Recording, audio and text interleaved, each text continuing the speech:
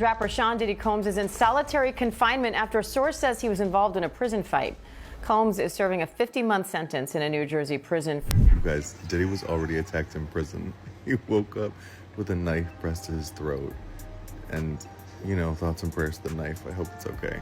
How does Jay Z sit down with Gayle King and she not ask him one question about the intersection between him and Aaliyah and Robert Kelly? This is insane.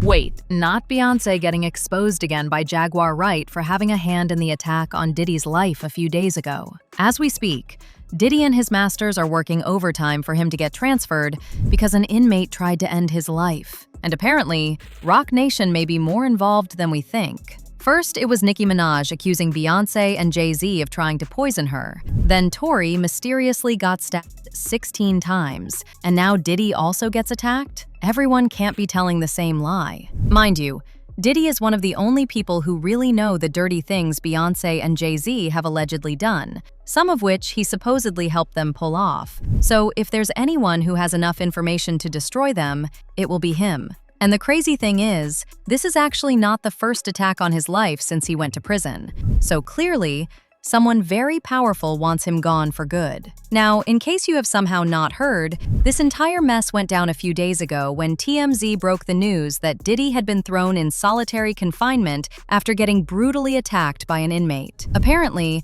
the fight started after the inmate made a comment about sleeping with one of Diddy's ex-side pieces before they got with Diddy. And according to reports, Diddy actually stood his ground during the attack, going toe-to-toe with the inmate. In fact, a reporter called La Rosa claimed she received a call from someone inside the prison that Diddy went as far as choking the man out because he allegedly suspected that the man had been paid to attack him. You see, word on the street is that the inmate made that comment to start a fight with Diddy so he would have a cover-up story to justify why he ended up taking Diddy's life. The plan was to basically rile Diddy up into getting into a fight with him, then supposedly unalive Diddy.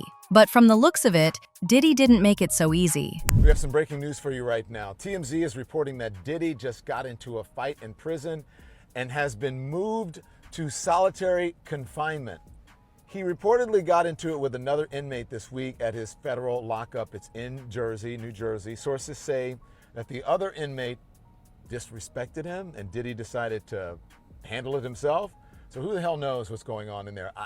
I for one, do not want to know. Anyways, they started throwing hands before prison staff broke it up.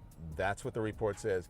Now remember, Diddy was set to get out in February of 2028, but that release date assumed that he is earning good behavior credit the whole time. I think it's safe to assume that a fight like this probably changes that timeline. We'll have to see.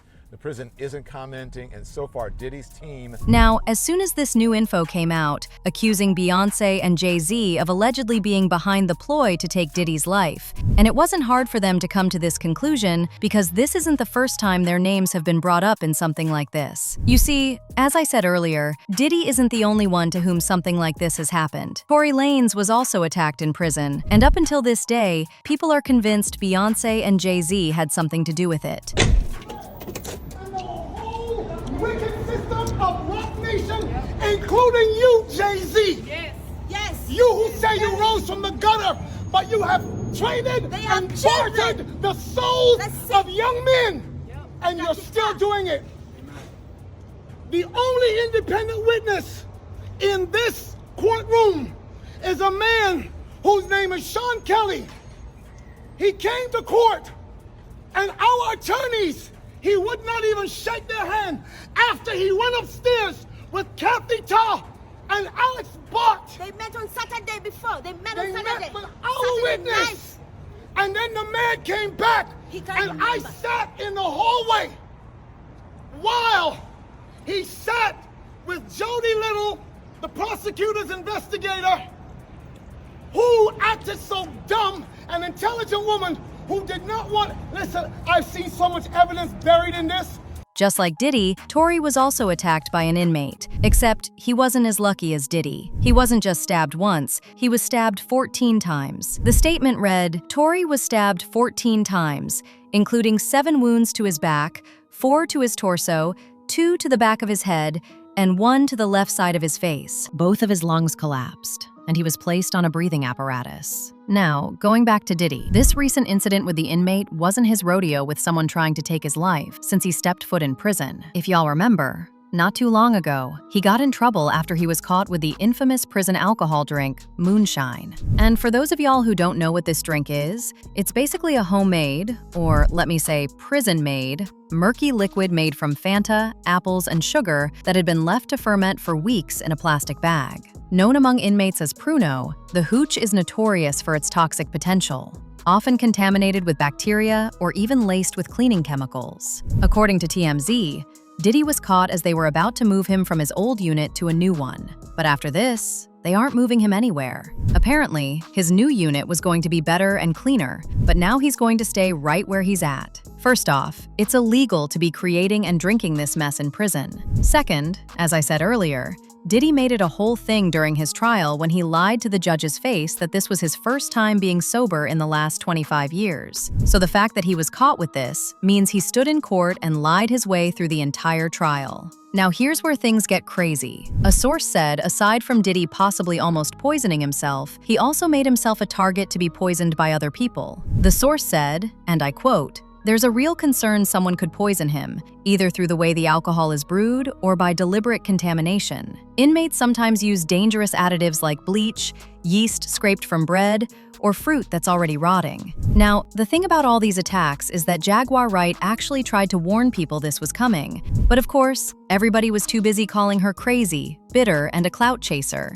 And now look, things are starting to play out exactly how she said they would. If y'all remember, during that now infamous appearance on Piers Morgan, Jaguar did not hold back at all. She accused Jay Z and Beyonce of being this nasty, dirty power couple with a whole closet full of skeletons that the public still hasn't fully seen yet. And she claimed that Jay allegedly put millions of dollars behind the investigation into R. Kelly, not because he cared about the victims, but because he wanted all the heat around Aaliyah and those old industry secrets to land on Kelly and stay far away from him. And he allegedly pulled that same move with Diddy. Basically, she believes Jay is letting Diddy take the fall publicly while making sure none of the mess circles back to him and Beyonce. Publicly.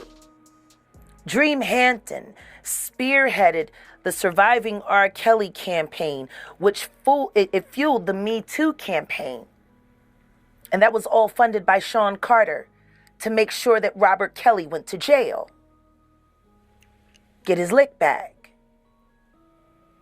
Why is nobody understanding that Dream Hampton was being financed and ran by Sean Carter? They were able to go and get all of these witnesses because he was there with Robert Kelly. How does Jay Z sit down with Gayle King and she not ask him one question about the intersection between him and Aaliyah and Robert? How many victims potentially do you think there could be? Thousands. Thousands. I've talked to hundreds that I deal with still myself. I have 3 victims right now who are willing to give testimony about not only what Mr. Carter has done to them, but his wife as well. They're a nasty little couple. They do nasty things. See, people keep looking at him like he's the Sputnik that came out of nowhere. This is someone who was designed to be what he is. We got to stop making ditties. And if we're going to do that, then we got to go back. We got to go back to even further, the mentors of these people. Do you think that if he's cornered in the way that he's been now, that he may start revealing things about other people? He has no choice. His ego and his addiction won't allow him to do anything different. Anybody who thinks he's not going to talk is crazy. These allegations had the whole internet in shambles, and of course, people immediately started bringing up just how close Jay and Beyonce were to Diddy, and it didn't stop there. folks also started revisiting Beyonce's song called Daughter from her album Cowboy Carter, where she spoke about possibly taking somebody out after catching them messing with her husband. The lyrics read, "Your body laid out on these filthy floors. Your bloodstains on my custom couture. Bathroom attendant let me right in. She was a big fan. I really tried to stay cool, but your arrogance disturbed my solitude. Now I ripped your dress and you're all black and blue. Look what you made me do. They keep saying that I ain't nothing like my father, but I'm the furthest thing from choir boys and altars. If you cross me, I'm just like my father. I am colder than Titanic water." Now, obviously, we're not saying Beyonce actually confessed to anything, so don't start acting brand new in the comments, but y'all know how the internet gets. Once people already have suspicions, they're going to start connecting every dot whether you meant for them to or not. White's life was taken unfairly. She actually died screaming, and the Carters are responsible. But one of them is just a little more responsible than the other. Did Sean Carter delete his mistress, his pregnant mistress, because his wife was jealous? Or could it be possible that maybe his wife's temper is just a little worse than most people think? And maybe he just had to clean it up. As if those allegations weren't enough, Jaguar later popped up in another interview and took the whole thing even further. This time, she didn't just accuse Beyonce of allegedly knowing something about the death of Jay Z's alleged pregnant mistress, Kathy White. She also claimed Beyonce allegedly faked her pregnancy with Blue Ivy, and that Blue may actually be the child Kathy was carrying before she mysteriously passed. According to Jaguar, the whole pregnancy rollout was fake, and Kathy was supposedly the one really carrying the baby behind the scenes. Think about Claudia Jordan right now. Claudia Jordan don't ever mention my mother name. She mentioned it yesterday. Talking about why people are afraid to come forward. You mean like you? You was Diddy girl. Corey was Jay Z girl. Why don't you claim your friend? So, Jack, when you say... When I say Corey, I'm talking about Kathy White. Oh, yeah, that's what I was about to ask. Jay-Z's pregnant mistress, who died of an imaginary aneurysm. Just like the woman who was best friends with Kim and Kimura, who wrote the book Bling and died as soon as it made the bestsellers list.